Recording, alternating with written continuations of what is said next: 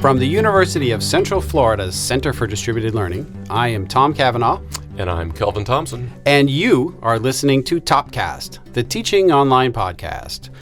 Good morning, Kelvin. Good morning, Tom. We are recording in the morning. We don't always weird. record in the morning. It's so weird. Yeah, it's nice. It's a beautiful day here in Central Florida. Mm-hmm. It's the autumn. Mm-hmm. And one of the things I like to do in the morning is have a fine cup of joe. Ah, there you go. Yeah. That's right. Me too. I usually make you drink coffee in the afternoon or early evening, and you're stressed out. I'm wired all night. Mm-hmm. So for those of you who might be new to the Topcast, you may discover that one of our traditions is to have a thematically selected cup of coffee every episode. That's true. Thematically selected by Kelvin and thematically drunk by me. I didn't know you could do that. Yeah. Thematically drink coffee. I do. Every episode. I know you can drink coffee with different dialects. You know? Here is Russian drinking coffee. You know. Yeah, it depends where it's from. Yeah. That's right. Okay. It improves the accent. That being said, so today I'll see if you can make the connection here, and if not, I'll paint a picture. But this is coffee produced by a company called Higher Grounds. It's one of those tongue-in-cheek pun coffees. I get it. Higher Grounds. It's a Peruvian coffee, so I don't know if you can do a Peruvian accent or not. Okay, bueno. Okay, close enough. We'll go with that. But I picked this because I've never had this coffee company's coffee before, although I have had coffees from Peru before. But Higher Grounds, it kind of caught my attention. Sometimes you have to do things you haven't ever done before in order to get to places that you want to get to reach your aspirational goals, to reach that higher ground. Yeah, I see it. Okay. Yeah, right? I'm with you. Because what are we talking about today, Tom? We are talking about professional development and podcasting by coincidence. What a coinkydink. Yeah. Yeah. So if you didn't notice or you haven't already discovered by binge listening to Topcast. Because I know I do. Who wouldn't want to do that? Kelvin is something of a coffee aficionado. He's your resident coffee sommelier who will come and pair your coffee with your Danish. Your donut. Yeah. But I have learned a lot about coffee in the last year and a half. More than you wanted to know. Drinking with you, yes. So yeah, we're talking about professional development. We're talking about podcasting, and by also another coincidence, we recently attended the OLC Accelerate session. So you and I have talked before on Topcast about professional development. We've discussed open and free stuff. However, professional development is a concern for everybody. Yeah. And at a personal level, folks engaged with helping faculty like us successfully teach and facilitate online and blended courses. So as leaders helping colleagues optimize their performance in our organizations, what can we do to improve ourselves? And one of the things a lot of people do is listen to podcasts. Yeah. So during the OLC Accelerate conference, we participated, and by I say we, you moderated a panel of representatives from 5 higher education-related podcasts on the topic of podcasting as professional development in our field. Do you want to list who was on the panel, or should I? I don't mind doing it. It's okay. Fine. So the illustrious Thomas Cavanaugh, I've heard of him. Represented he drinks coffee. The Teaching Online podcast. You might have heard of that too. If not, then you're very confused about what you're listening to now. Also on the panel were Jenny Quarles, representing the Learning Lab show, Higher Ed Scope with John Ernstberger, Women Who Whine, as she likes to say, no H there, Women Who Whine in Education with Tanya Justin, representing her team, and Teaching in Higher Ed with Bonnie Stahoviak. I always mess her name up. I knew you were going to do that. Bonnie Stahoviak. And Research in Action with our friend Katie Linder, who's been on Topcast before. Great little selection of podcasts. Not the only podcast by far in higher education or even in technology-mediated realm of higher ed, but a good selection, I thought. And if you have the ability to listen to the whole session, I really recommend it because it's really interesting, I think. Of course, I'm geeky this way to hear why folks started podcasting, and you hear about the variability of the platforms and the styles and all that. But I would recommend listening to any of those things. But we had a great panel. You were a great panelist. I was just happy to get in the room, so I was able to be a moderator just to hang out with you guys. Well, you brought coffee. I did bring coffee. People came and drank the coffee. They did. Kelvin brought a big carafe full of coffee because it wouldn't be a Topcast episode without coffee, and it went fast. It did. It was gone by the end. It was better than the conference coffee, I dare say. Which wasn't bad. No, it wasn't. So we want to play a piece of that panel discussion with you. We won't play it all. As Kelvin said, if you want to know more, and we recommend certainly checking it out, you can do that through the Online Learning Consortium. And we'll put the link in the show notes so yeah. you can get right there. It'll make it easy on you. Yeah. So we're going to join our intrepid heroes in progress. So at the point we're going to pick this up, Kelvin has just posed the question of why has there been a resurgence in podcast popularity? And the panelists, myself included, sort of respond to that. And we'll pick up the session with Katie Linder's response. So I would say I was listening to podcasts before Serial, which I think was the thing that really caused a resurgence, and just that narrative-based true crime really brought a lot of people into it. And I was really intrigued by this medium of putting out a product on a regular basis that would kind of keep a conversation going and build a community around a topic. And that's really what I wanted, especially as someone newly leading a research unit. I wanted to connect with other researchers and think about how we could build community. And I think that's something that podcasting can do. It can bring some pretty niche areas. I think research is more than niche, but it can bring people together around a topic and start to form a community of people who are asking questions, who want to be hearing from other experts, who want to be talking about all of these different things. And so that's what really drew me to it. And when I listen to podcasts, it's the same. I'm looking for community. I'm looking for people who are talking about topics that are of interest to me. I'm wanting to learn more things. And so I think that learning component is what makes it also really perfect for higher ed. Awesome. Bonnie. One of the other reasons I think it's really growing is when we look at what's happening in the world of television media, we see things going to more on demand, like with Netflix. And podcasting is so on demand. There are so many shows that I listen to, for example, that play on NPR on the radio, but I never catch them at the time that they air.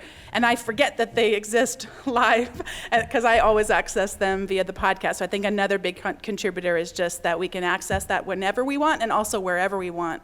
More people now in their cars are able to hook their phones up to their cars, and that was a big change as well. I have a lot of people that listen to my podcast to take their dog for walks with me. And I really do have that sense of community that Katie mentioned as well.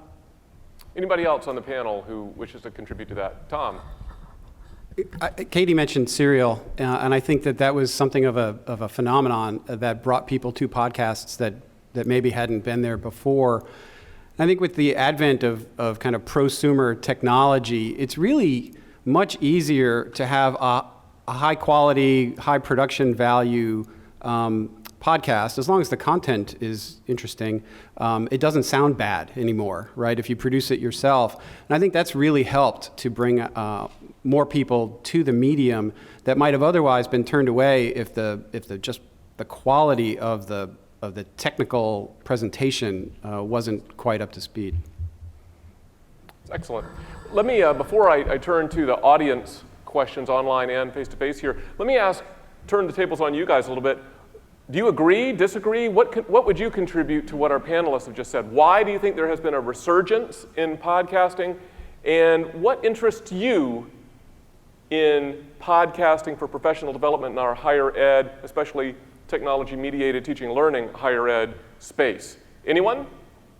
Yes, ma'am. I started listening to Bonnie probably about a year and a half ago, and I was just getting back into the instructional design medium, and I've been out of it for a few years, so I knew I had to catch up. And so I love listening to podcasts. I'm not a big reader, and so I and I was on vacation, so listening to podcasts walking along the beach is perfect. So for our online folks, let me just quickly summarize that. So year and a half ago, started listening to Bonnie's podcast, getting back into instructional design, not a big reader. Okay, what kind of podcasts are? I'm on vacation. Whoa, let me just see what I can do to get current on instructional design while walking along the beach. Who wouldn't want to do that? And you discovered teaching in higher ed.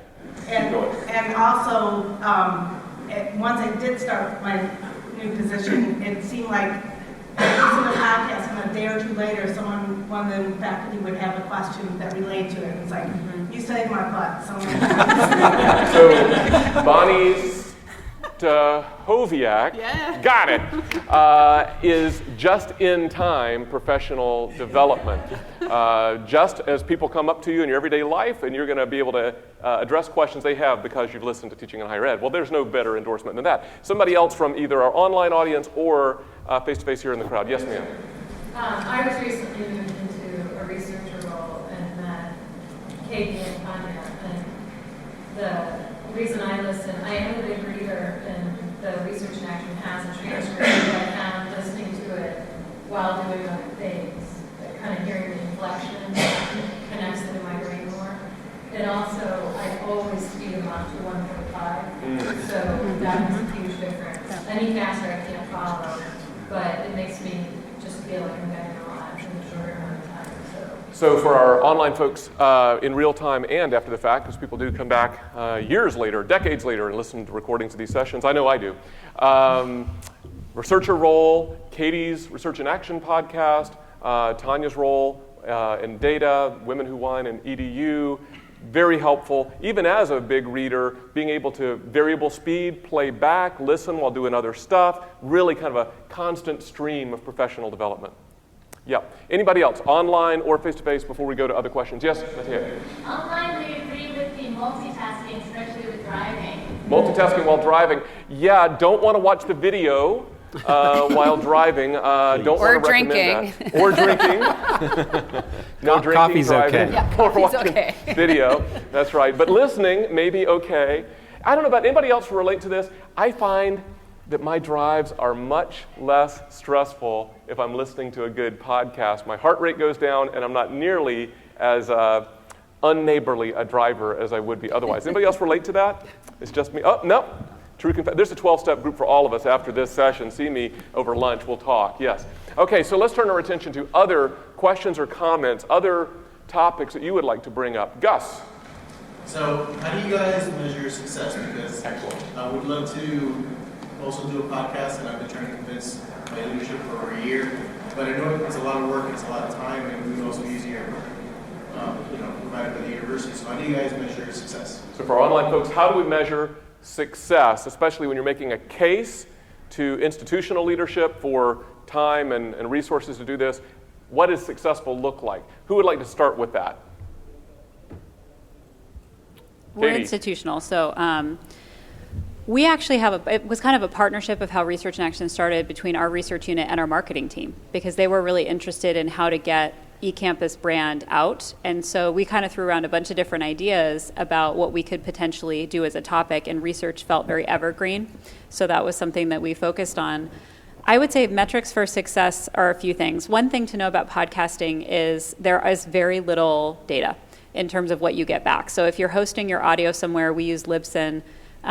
They give you download rates, and it is connected to an RSS feed, so you can get download rates and break it out by different pockets of where your podcast is. But that does not tell you who's listening. It just tells you who's downloading. And we all know we will download a podcast and not listen to it immediately. We just collect them. It's easy to collect those things on our devices.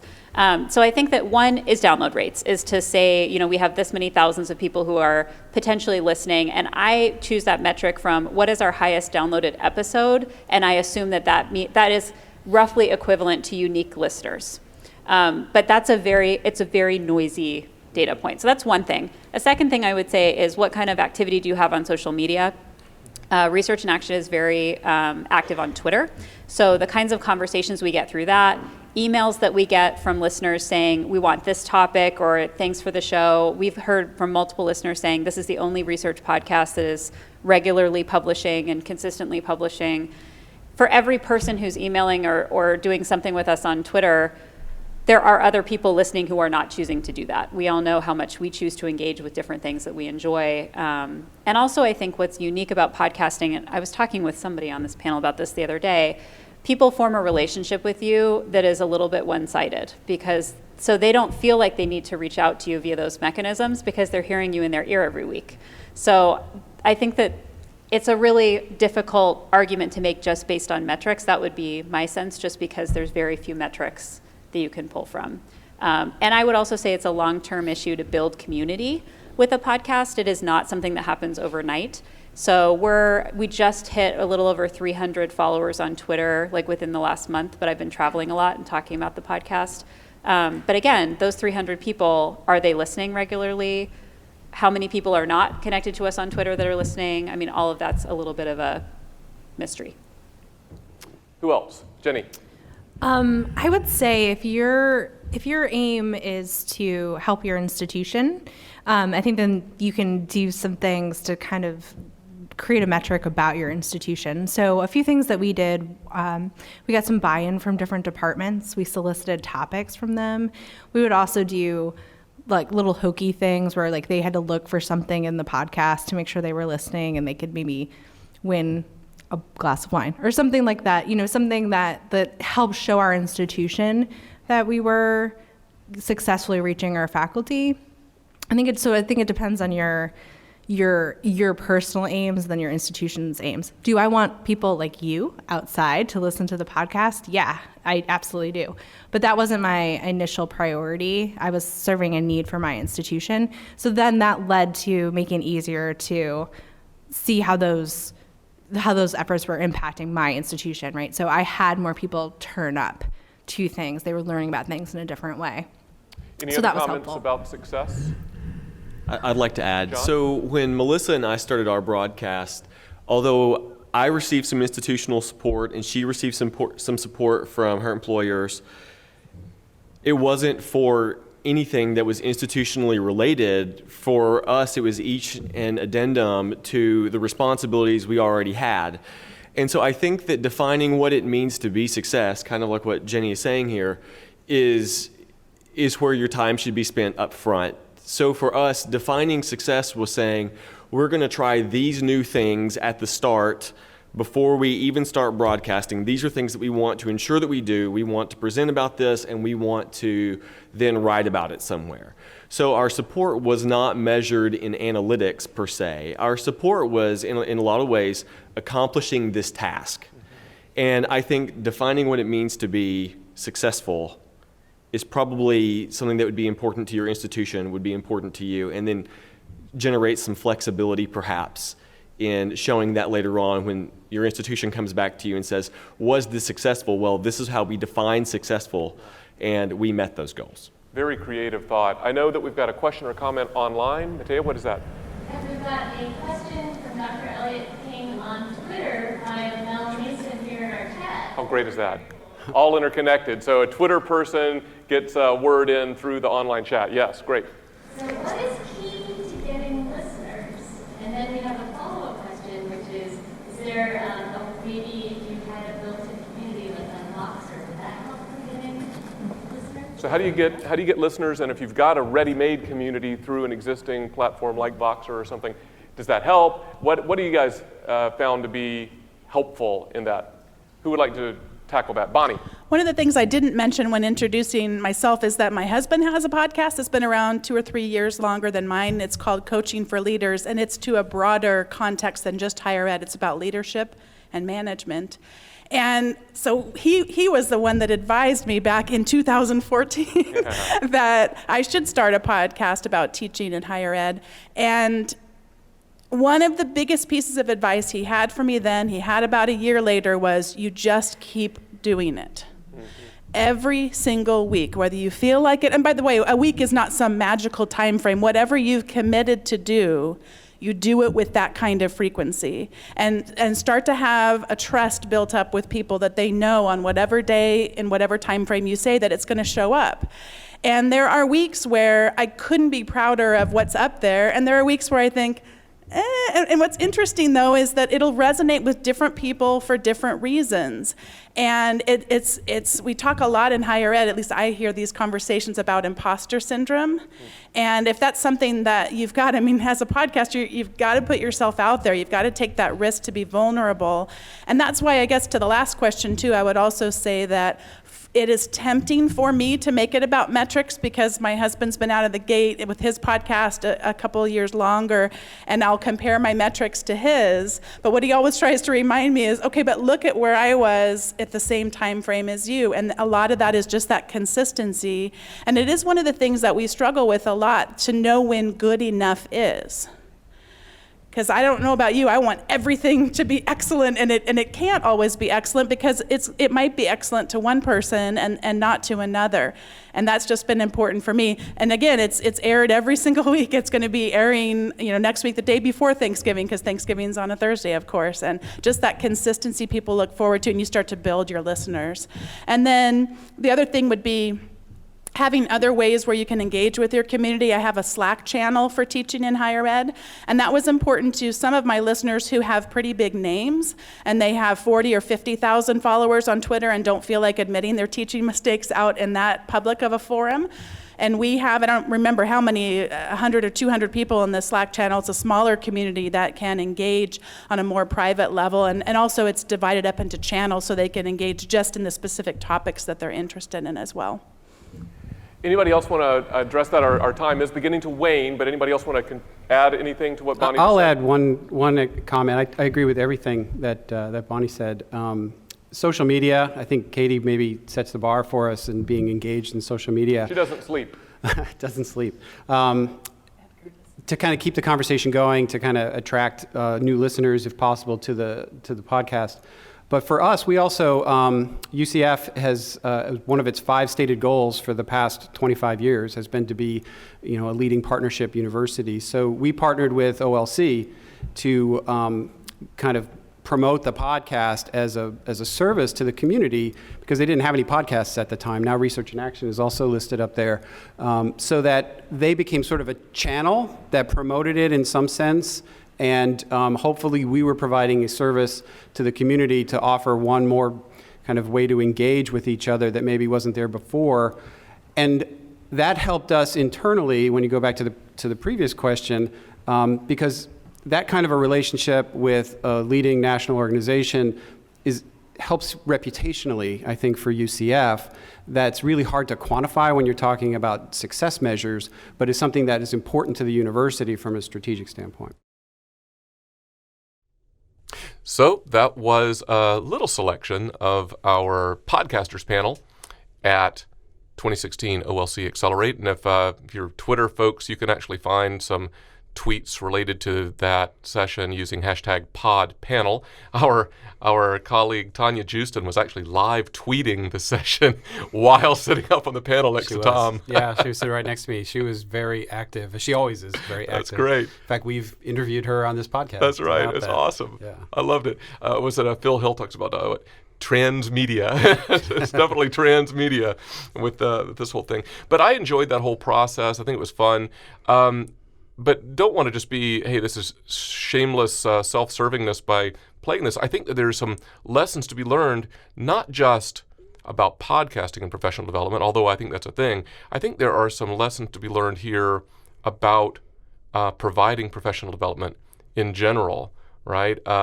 We've talked a lot about this before, Tom, that we've made it a practice here at UCF, inspired by other people and colleagues like people in places like Alex Pickett from Open SUNY. If you're going to do stuff for your own folks, open it up to the world, and that benefits everybody. And sometimes I've found that the more you have the world in view, the better serving you are at your own institution. Now, of our panelists, I think Jenny Quarles, formerly of Longwood University, when she started the Learning Lab show podcast, that's exactly what she did. She was trying to, and she talks about that in the extended session, trying to serve her own folks, but then, we'll make that out there for the world. So I think any kind of faculty development, whether it's a session, a webinar, a website, whatever, that's a lesson to be learned. I think some of the themes that we heard there of kind of like, why this? like why podcasting, why professional development, and we heard, oh my gosh, I can, you saved my bacon, that was great.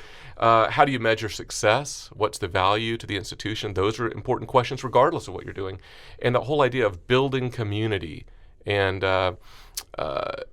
actually not just having a one-off thing, but having, I've said many times, you've heard this, I think all that faculty development is faculty talking to each other about the teaching and learning process. Everything else is facilitation, and so to what extent you can have community building around an event or a product, then that's being successful. Anyway, those are some of the things I heard and what we just heard. What do you think? Yeah, I agree, and I found it really interesting because I've listened to some of the podcasts that were up there, but I haven't spent a lot of time in all of them. Sure. And I just learned a lot listening to them. And you mentioned this idea of the long tail, which was the title of this session. And I think something that podcasts offer as a professional development tool is the fact that they can live out there online indefinitely, in theory.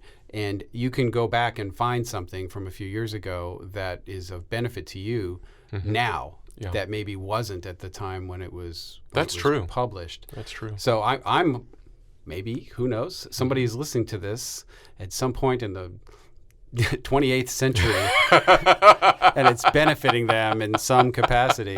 And if that's the case and you and I are long gone, I hope that we're helping somebody. That's gratifying. Yeah. Thinking that an archaeologist is listening to us right now. That's right. Trying to understand what was this coffee that they were talking about. That's right. Yeah, that's awesome. I like that. And one of the other things that just to say this is folks who listen to podcasts may not be completely in touch with this because I forget, right? Just like I forget that there are people who don't teach online sometimes, right? And that's new. I know. There are people who don't listen to podcasts, and so I made this comment in our session. It wasn't in the recording that we heard here that a colleague said, "Podcasting, people still doing that?" Yeah. And so you may have colleagues who are surprised, and you can be somebody who's bringing them into the fold. It may not be for everybody, but I think that there's a lot of folks who could benefit who may not be aware that podcasting is a thing. I agree. I find that when I listen to a really good podcast, it's like reading a really good book. Yes. I want to tell somebody about it. I want to talk to my wife about this interesting thing I heard, just like I would in a book that I read that I found interesting. And it can be a conversation starter. You can learn something, and if something is relevant to you, or depending upon the type of podcast, could touch you, share it. Yeah. In fact, maybe I'll throw a quick plug in before we wrap up that if you find value in this podcast, and we hope you do. We hope you do. Yeah. Tell a friend. If you have a colleague or two or three, 10 possibly, 10 who you think might find the kinds of stuff we talk about on Topcast interesting, let them know. And maybe if you have a second, go out to iTunes and leave us a review and a rating. And not so much because we go out and look for that stuff.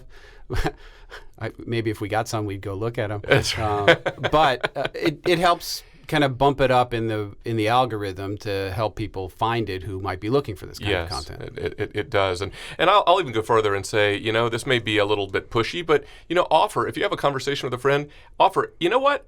I bet there's a podcasting app on that phone that you're holding right now. And can I just take that and show you? And I'll even do a sample subscription. They're all free for a couple of things that I found value. Maybe you could listen on the way home today. There you go. And you could subscribe to Topcast. Anyway. Fingerprints off my phone, Kelvin. I know, right? Put it down. So I guess we should wrap this up, Tom. So maybe what we're saying here, because believe it or not, we do have a point, I think, here. I think professional development is an ongoing concern for every single one of us. And podcasting in the broad sense, whether we're even talking about YouTube as a venue or Periscope, as our friends at Higher Ed Scope are using, podcasting in the broad sense is one venue for keeping current personally.